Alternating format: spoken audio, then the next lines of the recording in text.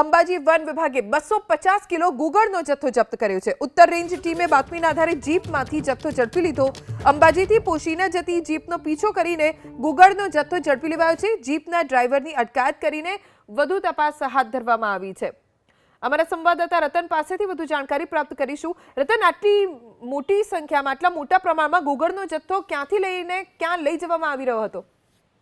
ચોક્કસ રીતે અંબાજીની વાત કરીએ તો અંબાજી અરાવલી ડુંગરાની અંદર આ ગુગળ જે લોકો જે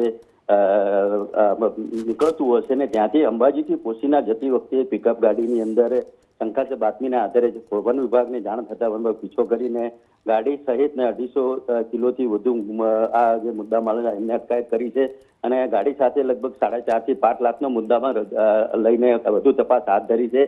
ક્યાંથી આ ક્યાં લઈ જવાનો હતો, કોનો મુદ્દામાલ છે ને તપાસની અંદર ખાસ કરીને કે બિલ વગરનો માલ ના હોવાથી જે ડ્રાઈવર છે એને હજુ પૂછપરછની અંદર એને અલ્લા કરવાથી એમને કોઈ બિલ રજૂ ના કરવાથી શંકા જતા અત્યારે વન વિભાગે એના પર કાયદેસરની કાર્યવાહી કરી છે અને વધુ તપાસ હાથ ધરી છે કે આ મુદ્દામાલ ક્યાં આપવા જતો હતો તેની તપાસ વન વિભાગે વધુ હાથ ધરી છે।